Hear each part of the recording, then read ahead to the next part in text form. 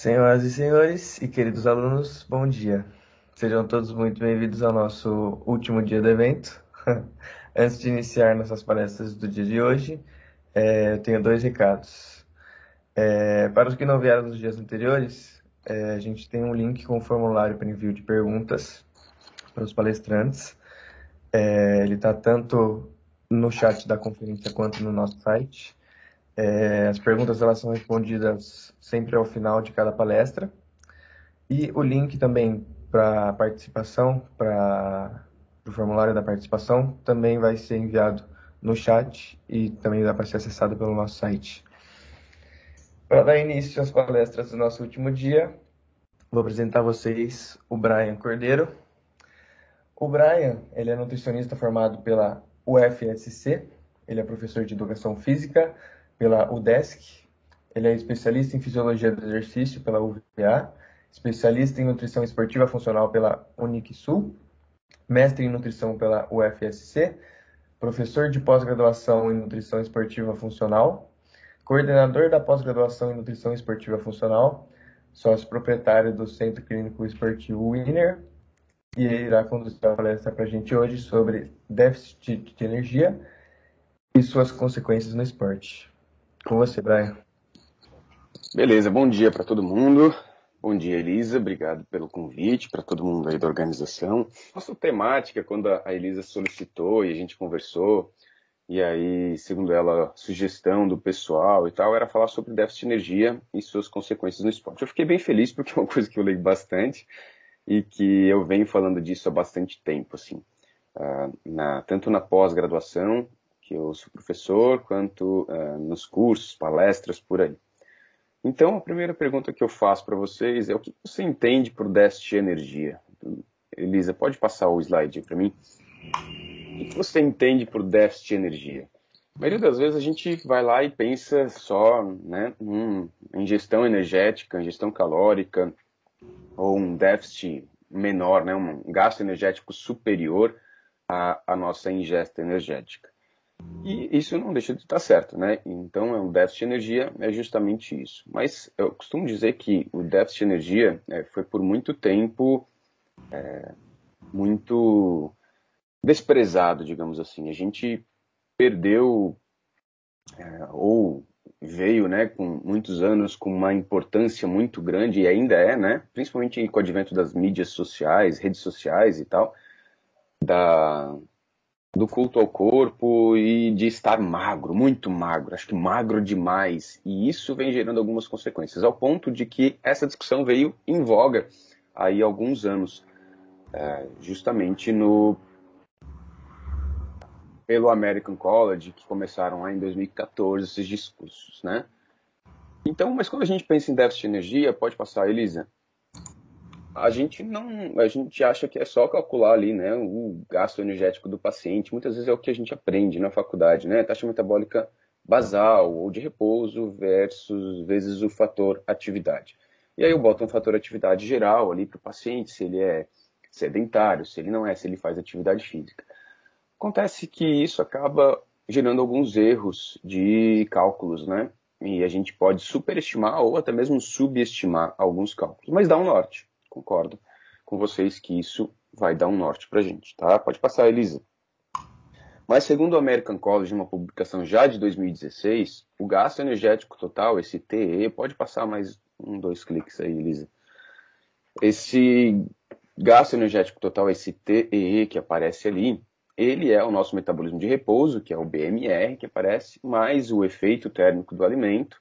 Então, esse TEF aqui é o efeito térmico do alimento, que pode corresponder em torno de 5 a 15% do metabolismo de repouso.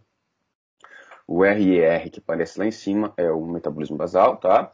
Mais o total de atividades relacionadas, de gastos relacionados ao exercício ou atividades, seja elas planejadas, espontâneas ou não relacionadas ao exercício. Como, por exemplo, o seu dia a dia.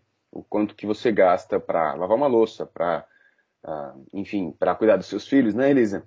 Para organizar suas coisas do seu dia a dia, almoçar, dormir e tal. E aí, somado, né, tudo isso a um deslocamento diário, por exemplo, para ir para o trabalho, subir umas escadas para chegar no seu consultório, na sua aula. e mais o gasto energético do seu treino. Então a gente precisaria destrinchar isso com mais detalhes para poder ter uma estimativa mais real do gasto energético do paciente, tá? Ou da pessoa em si.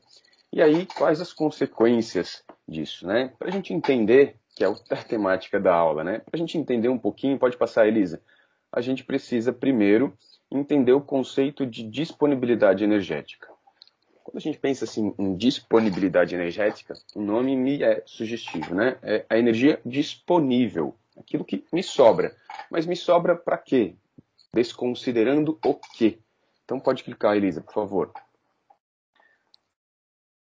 E aí, segundo os conceitos do American College, eles colocam que a disponibilidade energética é o total de energia disponível para o corpo realizar todas as outras funções após a subtração do gasto energético do exercício. Ou seja, quando eu realizo exercício físico, eu vou gastar energia, independente de eu ter comido ou não. Eu acordo de manhã, fiquei 3 dias em jejum sem comer nada. Tô lá de jejum já, porque tá na moda, né? Vou fazer jejum de 3 dias seguidos agora. Aí eu vou lá e faço exercício e gasto 1000 calorias no meu exercício. Eu vou gastar 1000 calorias. Ah, Brian, mas eu posso gastar um pouco menos porque eu vou estar em jejum e eu vou estar com menos reserva, minha intensidade vai ser menor. Concordo com tudo isso. Mas eu vou gastar energia. Independente de eu ter consumido ou não. Ou seja, o que sobrar, que vai ter que vir um pouco das minhas reservas, vai ser necessário para os metabolismos necessários para a saúde do corpo, né? Para equilíbrio. Bom, e aí o que acontece? Pode passar, Elisa. Nessa lâmina aqui, uma publicação recente aí, né, fala sobre histórias, definições, evidências e fatores endócrinos, metabólicos e psicológicos relacionados aí a homens e mulheres, né, de estudos prospectivos.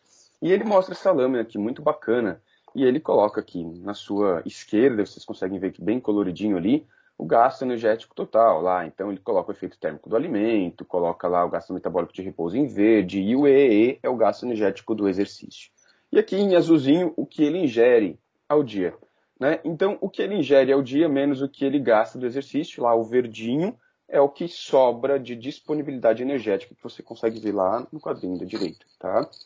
Então, é o que sobraria para fazer o resto tudo. Só que se você consumir menos, vai te sobrar menos para aquilo. Então, esse é praticamente o conceito específico. Pode clicar, Elisa. E aqui eu tenho um exemplo de uma pessoa que consome 2.800 calorias. Pode dar mais 2 cliques, Elisa. Mais um. Mais um. E aí aqui eu tenho todas as funções, botei a bateria, a energia do indivíduo, então lá embaixo tem exercício, atividades diárias, o equilíbrio, saúde, imunidade, crescimento. E ele gastaria em torno de 2.800 calorias. Pode clicar, Elisa.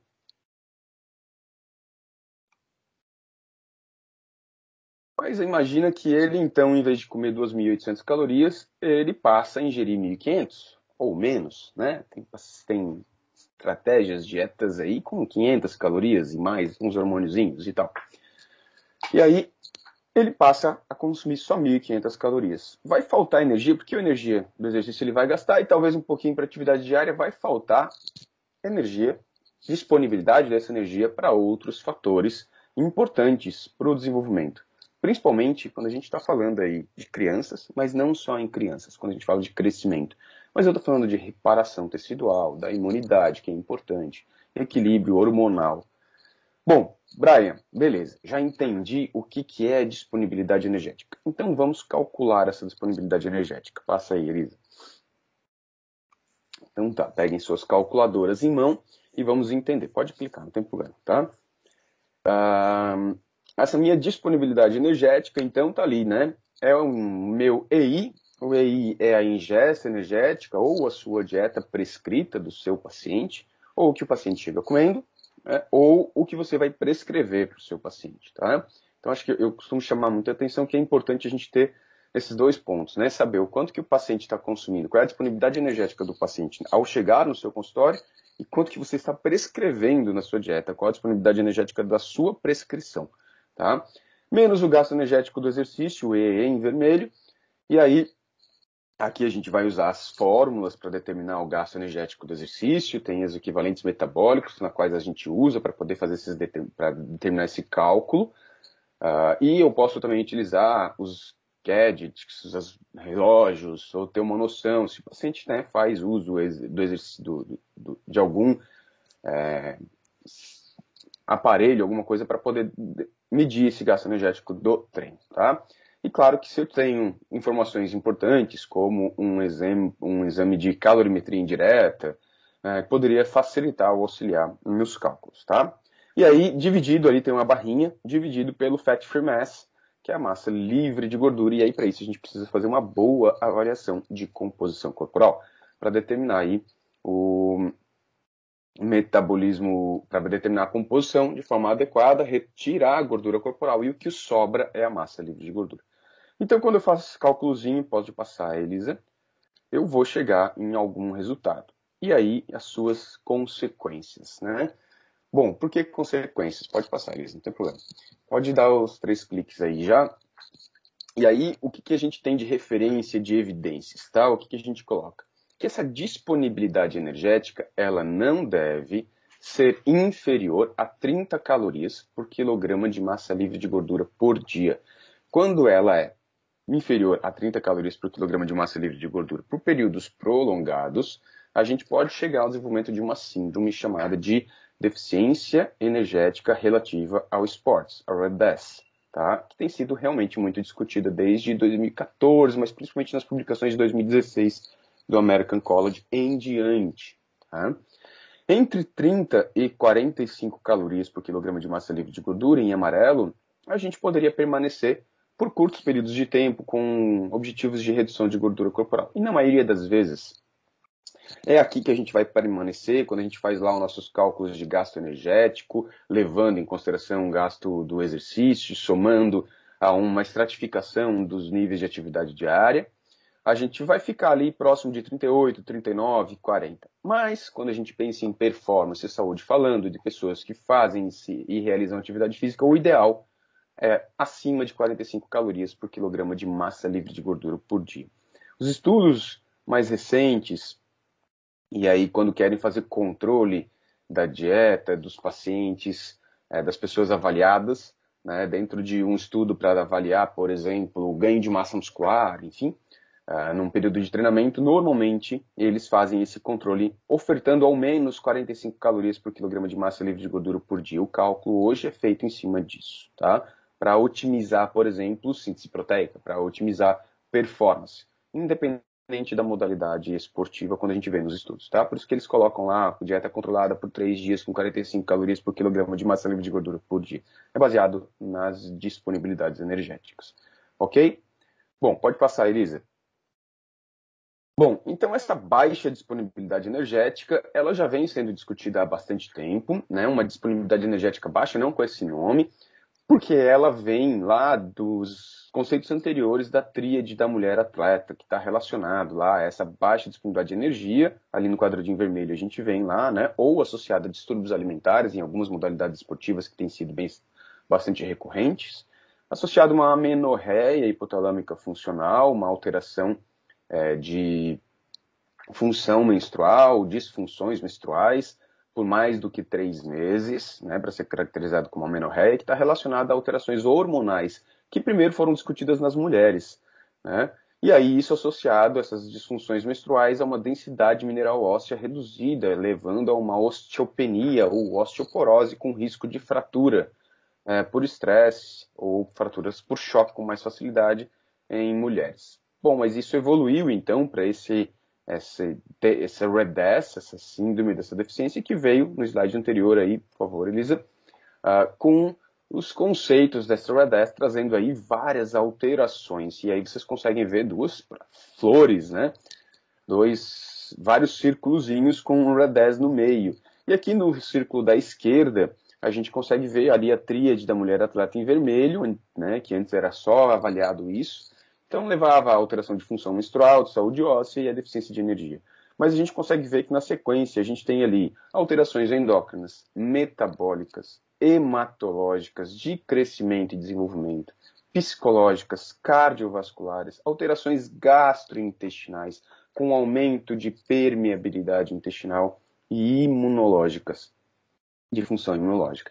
E ainda no lado direito ali, a gente tem mais relacionado à performance, redução de performance em esportes de endurance, aumento do risco de lesão, diminuição da resposta de treinamento, dificuldade de julgamento, de coordenação, de concentração, irritabilidade, depressão, diminuição dos estoques de glicogênio e diminuição de força muscular.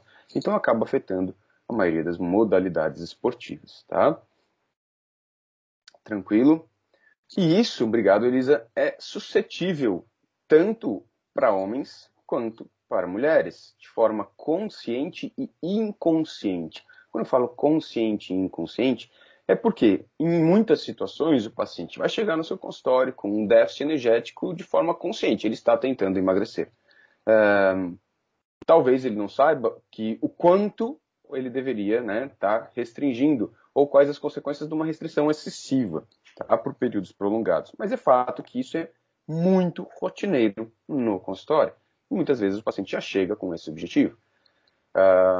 De outras formas, é inconsciente. Ele nem acha que ele está comendo menos do que ele precisa, mas ele não consegue evoluir, ele não consegue queimar gordura, ele não consegue se sentir bem, ele tem baixa disposição, cansaço, fadiga, começa a apresentar alterações hormonais, e aí isso vem a confundir ou atrapalhar, inclusive, a evolução dele. Ou ainda quando está associado a distúrbios psicológicos, né? Distúrbios de autoimagem. Né? A pessoa que se vê de uma forma e não consegue enxergar a forma real dela. Tá?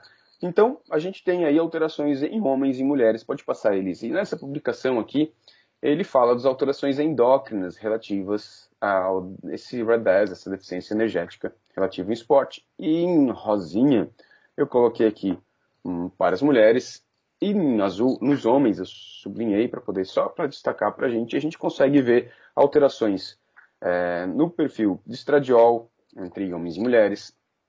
E entenda que o estradiol nos homens também está relacionado com densidade mineral óssea, né? Então isso, de certo modo, também é prejudicial, tá? A gente tem aqui alterações de FSH e LH, alguns subindo, outros descendo. Nas mulheres, menores alterações, porque as mulheres são mais cíclicas. No homem, mais influências de redução de FSH. A gente tem aqui redução de metabolismo de repouso e de leptina, tanto em homens quanto em mulheres, em estudos apresentados pelos autores. E entenda, de novo, a leptina é um hormônio importante nesse processo. A leptina é uma adiponectina produzida pelo tecido adiposo que está relacionado a controles metabólicos e ela tem uma correlação com as concentrações de insulina. E por isso eu chamo a atenção na importância de medir também nos exames dos seus pacientes aí a insulina e a leptina, que são exames que na maioria das vezes são cobertos pelo plano, principalmente a insulina com certeza, mas a leptina também. Por quê? Porque muitas vezes a gente fala a leptina a insulina é bom que ela esteja muito baixa e tal. Bom, mas baixa demais, ela também é prejudicial, tá? Então aqui nessa lâmina a gente tem aí um exemplozinho da leptina, mostrando a influência dela na regulação dos hormônios tireoidianos, na redução da secreção de insulina, na frequência cardíaca, numa melhora da frequência cardíaca, na regulação de saúde óssea, no ciclo menstrual da mulher, regulando também apetite e metabolismo energético, e aí ativação do sistema imune e ainda pressão arterial. Então a leptina ela é fundamental. Volta um slide para mim, Elisa, por favor. Isso. E ali embaixo a gente ainda tem alterações de cortisol mais expressivos, inclusive na mulher, nos homens os estudos não tão conclusivos, e aqui de hormônios tireoidianos lá embaixo, tá? Então são algumas consequências endócrinas, pode passar 2 agora, Elisa, relacionadas a isso, tá? Nessa lâmina aqui a gente mostra isso, pode dar mais mais um cliquezinho aí, Elisa, não, pode voltar, desculpa, achei que ele ia... Não, no outro mesmo, isso, mais um. Não, passa mais um, passa um, passa outro.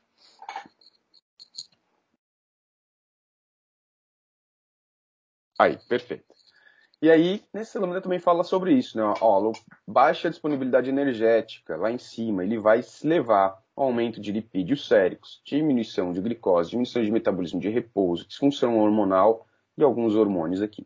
Mas eu chamo a atenção para o aumento de lipídios séricos, que tem sido bastante relatado na literatura, que o déficit energético excessivo leva ao aumento de colesterol, né? E isso, às vezes, a gente não encontra, por exemplo, algumas explicações para o nosso paciente que está querendo emagrecer e que o colesterol não altera, piora, né? E aí, associado a distúrbios psicológicos, distúrbios alimentares, diminuição de satisfação corporal, autoestima, dificuldade de julgamento e comportamentais, concentração, resposta, aumento do risco de lesão, diminuição de performance e força, depressão e irritabilidade. E aí leva lá no lado direito alterações de performance cognitiva, cardiovasculares, de saúde óssea, gastrointestinais, que é algo que a gente tem sido bastante discutido na literatura ultimamente, né? E aí, com isso, gerando diminuição da capacidade absortiva, aumento de permeabilidade intestinal, e isso levando a maior necessidade de detoxificação, associado com as alimentações muito pouco calóricas, com déficit nutricional bastante importante, tá? E aí, disfunção menstrual. Pode passar, Elisa. Um artigo que saiu bem recente, bem bacana.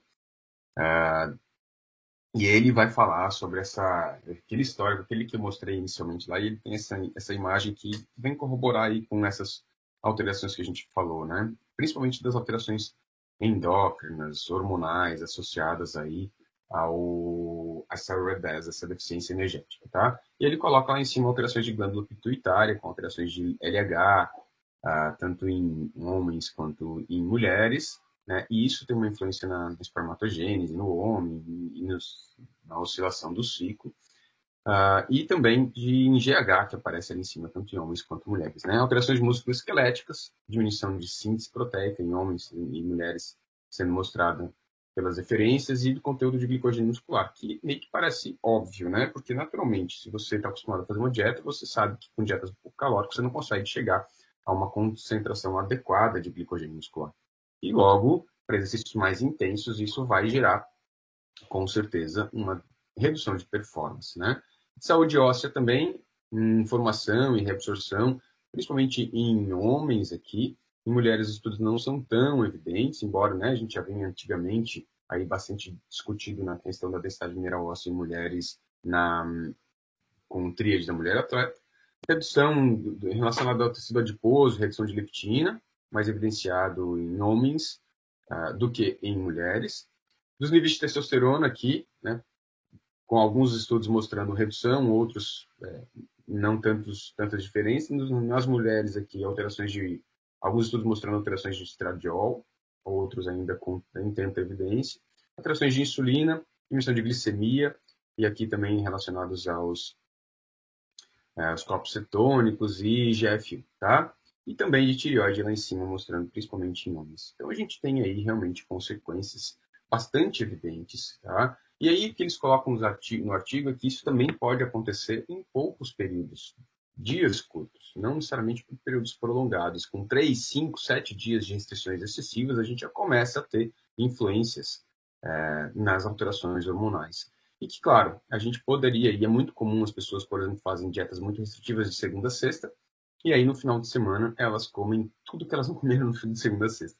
E aí isso pode piorar as consequências, porque tu tem aí alterações hormonais que acontecem durante 3, 5 dias, e aí depois com picos de outros hormônios, como de insulina, com consumos excessivos de carboidrato, e aí você tende a fazer acúmulo de gordura localizada. Então eu costumo falar que é o paciente piava, né?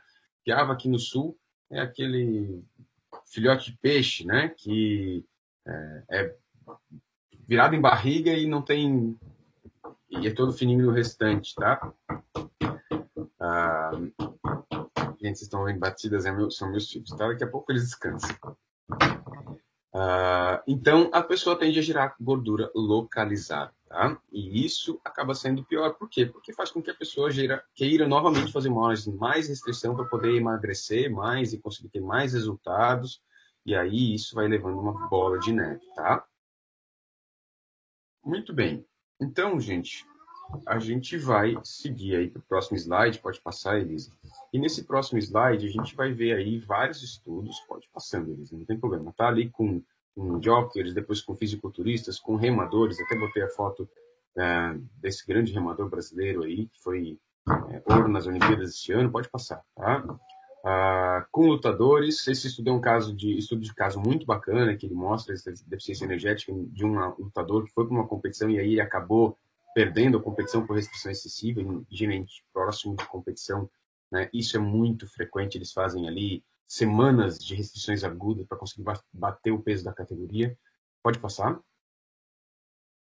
Nas mulheres de ginástica, do nado sincronizado, do balé, de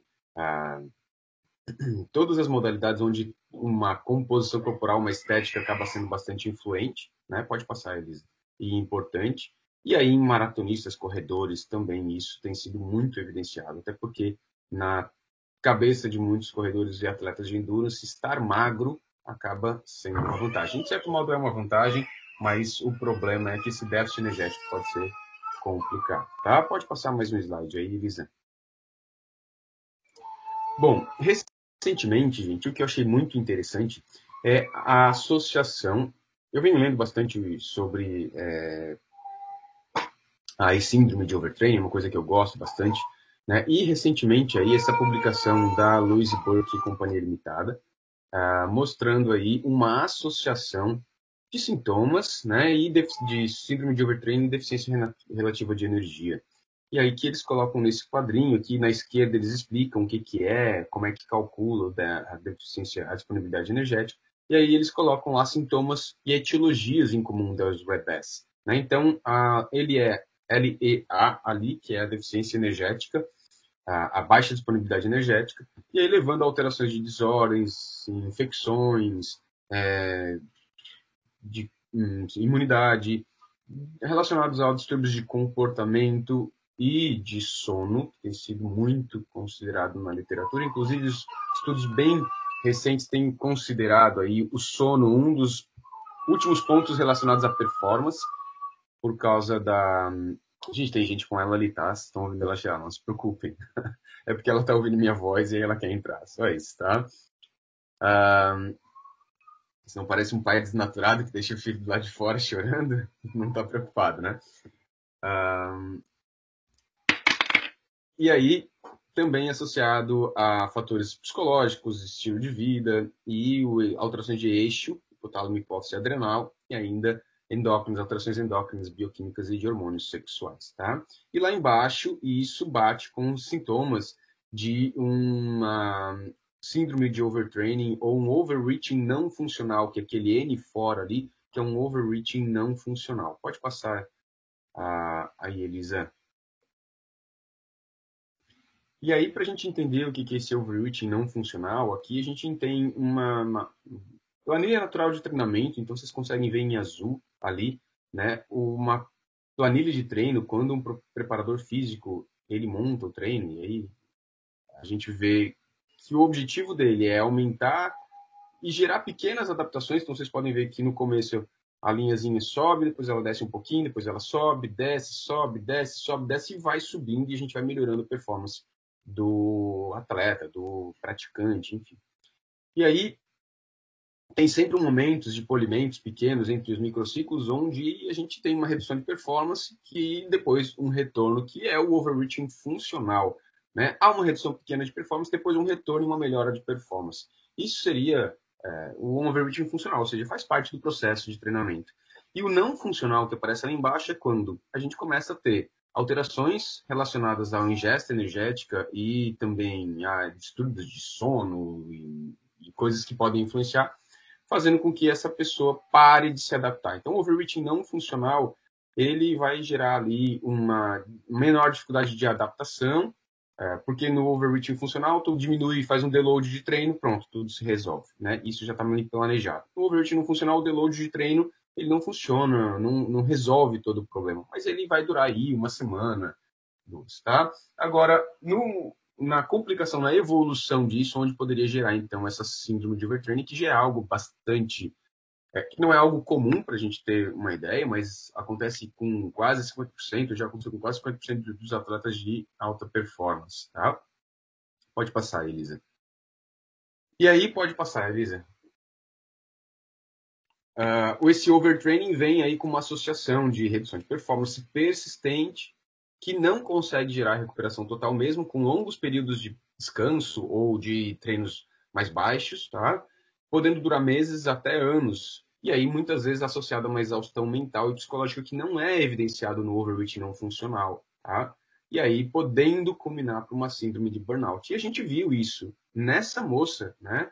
Na Simone Biles, nas Olimpíadas, de forma muito evidente, essa exaustão mental e psicológica do excesso de cobrança associado aí a, talvez, né, suponho, controle de peso necessário nessa modalidade, né? Mas aí associado a toda uma exaustão mental e psicológica. E esses fatores se confundem hoje e tem sido, né, foi publicado recentemente essa confusão, ou essa associação de fatores da síndrome de deficiência energética com a síndrome de overtraining.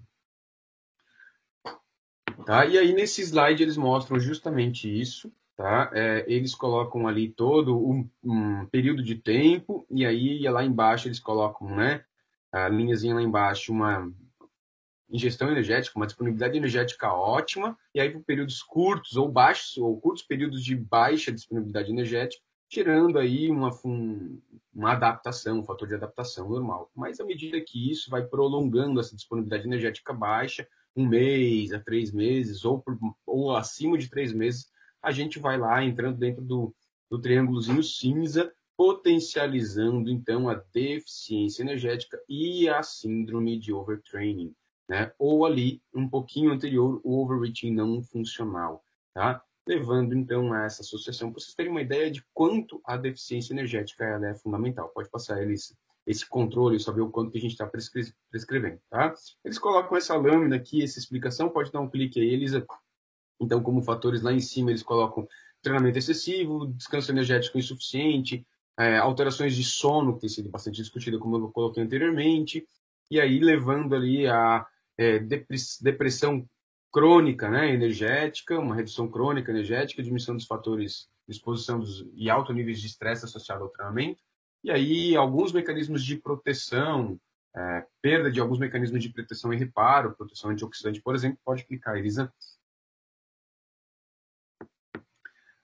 onde o organismo é forçado a se adaptar e manter a sua funcionalidade, né, em função do ambiente hostil, pode ir gerando aí uma adaptação, pode passar, uma adaptação disfuncional, clicando aí, e aí gerando alterações, né, de sistema, reações em todos os sistemas de alterações hormonais, autonômicas, dificuldade de recuperação muscular, exaustão mental, inefetividade da comunicação neuromuscular, e aí psicológicos. Pode dar mais um clique.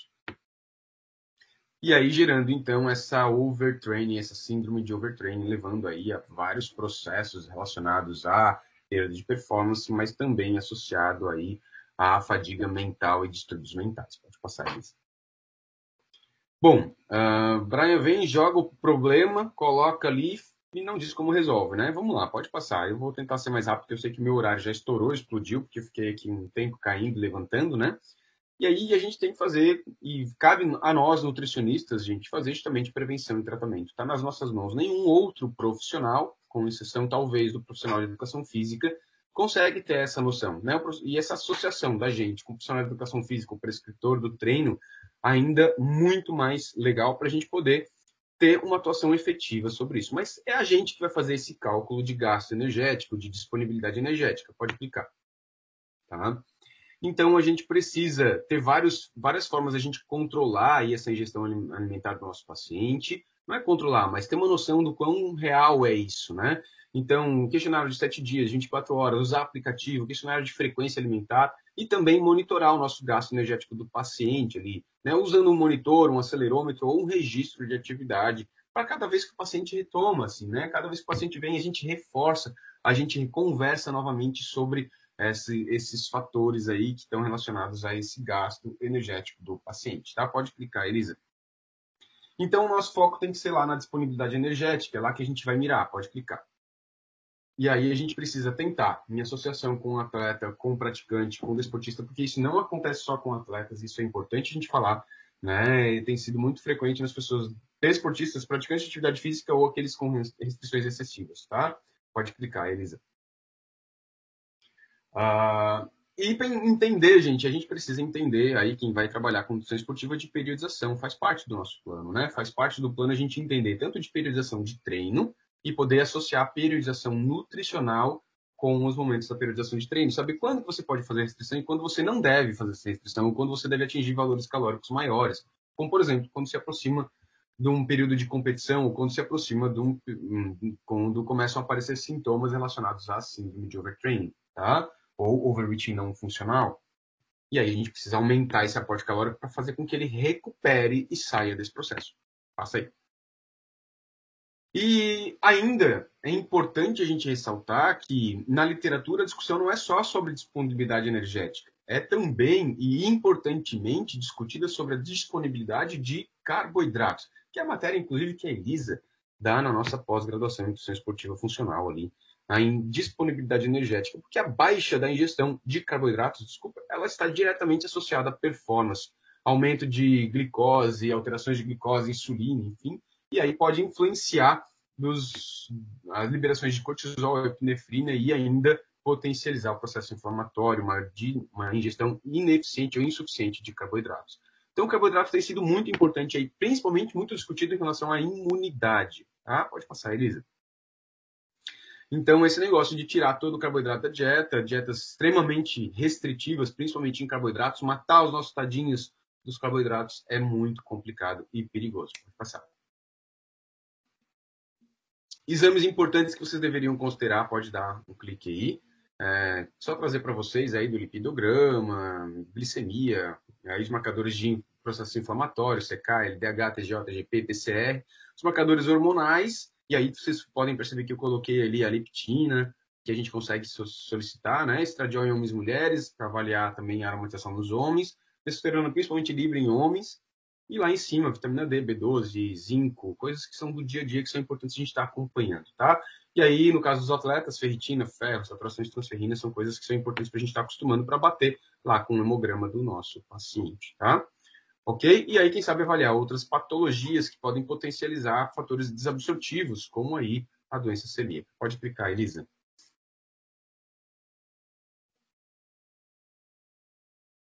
Pode passar, Elisa.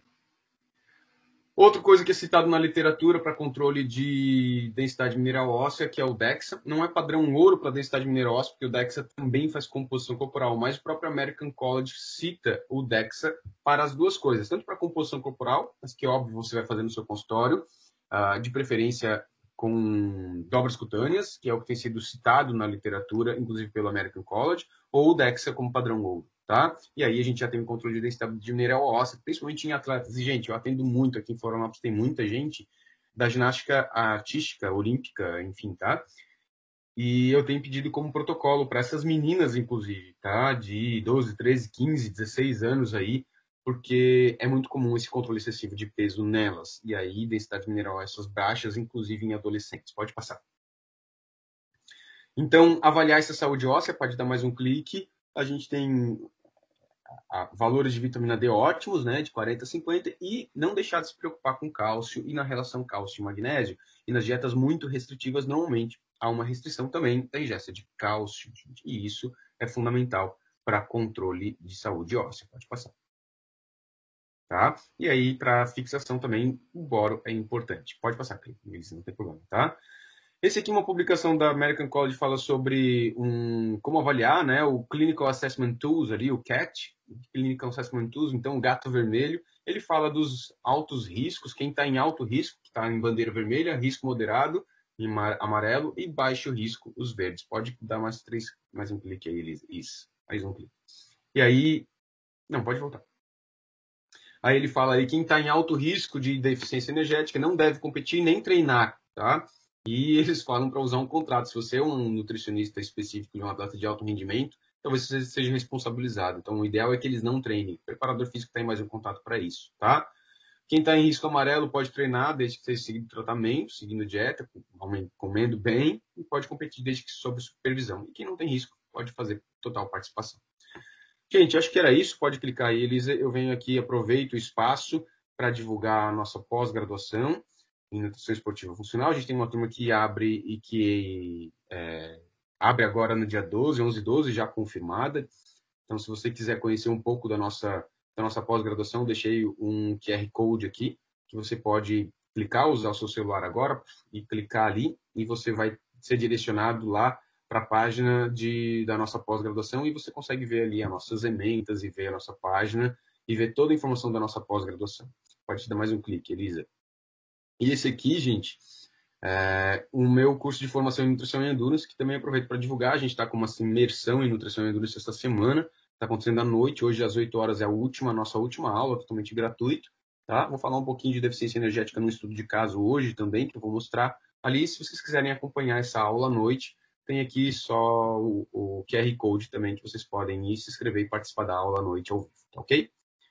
Era isso, gente. Muito obrigado. Desculpe as confusões e os efeitos, as coisas aí, tudo que aconteceu. E eu fico aberto aí para perguntas. Eu não sei se eu tenho tempo para isso, porque a Andréia já deve estar louca para entrar aí.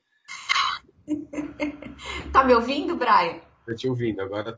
Ah, então tá bom. Por isso que eu fechei a apresentação, porque eu acho que são coisas assim desconexas, né? Brian, muito obrigada. Foi assim, eu anotei já um monte de coisa aqui, queria discutir um monte de coisa com você, porque eu acho esse tema extremamente pertinente. No fim, as pessoas, é isso que você falou na sua apresentação, só querem emagrecer, restringem, e não dão conta das consequências desse déficit energético, né? E que acontece isso que você falou. Eu atendo pessoas que nem, né, não são atletas olímpicos, nada disso, mas são desportistas, pessoas que vão fazer corrida de rua e que têm apresentado esse déficit energético. Esse mês mesmo, atendi um paciente vegano que teve esse problema. E tem muita coisa para discutir sobre isso. Eu agradeço muito, essas coisas fazem parte, né? Não, fique tranquilo, tá, Brian? Mas passou o recado, com certeza. Que bom, Elisa. Mas isso é muito comum. Eu leio muito sobre isso porque é muito comum no consultório. Não é nem só no atleta, assim. A deficiência energética. E aí, é aquilo que eu falei, começa a fazer sentido algumas coisas que a gente não consegue ver, que não resolve. O lipídio não melhora, eu não consigo melhorar os lipídios. Cara, tá comendo pouco, aumenta a carboidrato desse cara para ver se não vai melhorar, ver se a testosterona não vai subir. Porque as pessoas só querem comer menos e menos. E nutricionista, isso é muito comum, tá? Se a gente fizer um estudo só com disponibilidade energética em nutricionistas, a gente vai ver valores muito baixos. Tenho certeza absoluta disso. Com certeza, Brian, com certeza. Olha, eu vou ler aqui 2 perguntas para a gente não se estender, tá bom? Eu gostaria de entender melhor como que as pessoas que praticam a dieta intermitente conseguem manter uma disponibilidade energética considerável. Obrigada pela palestra. Acho que Bom, você entendeu? Deve ser relacionado ao jejum intermitente, né? Que ela está citando, né? E aí tem vários tipos de jejum intermitente, mas por isso que é perigoso a gente avaliar isso, porque o jejum ele pode levar a algumas outras consequências, como, por exemplo, compulsão alimentar. E aí eu costumo falar que isso pode ser prejudicial na cabeça da pessoa que já vem aí tentando emagrecer. Mas, por um outro lado, pode ser legal em algumas situações, tá? A gente tem que entender um pouquinho do cronotipo da pessoa, se ela se adapta ou não a esse jejum, principalmente matinal.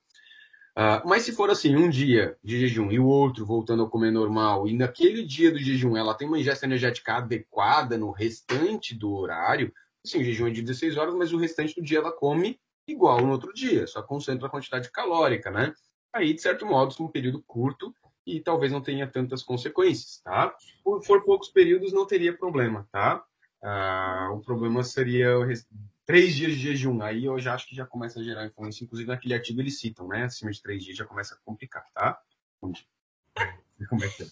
E, Brian, a bioimpedância é um método seguro para verificar a composição corporal?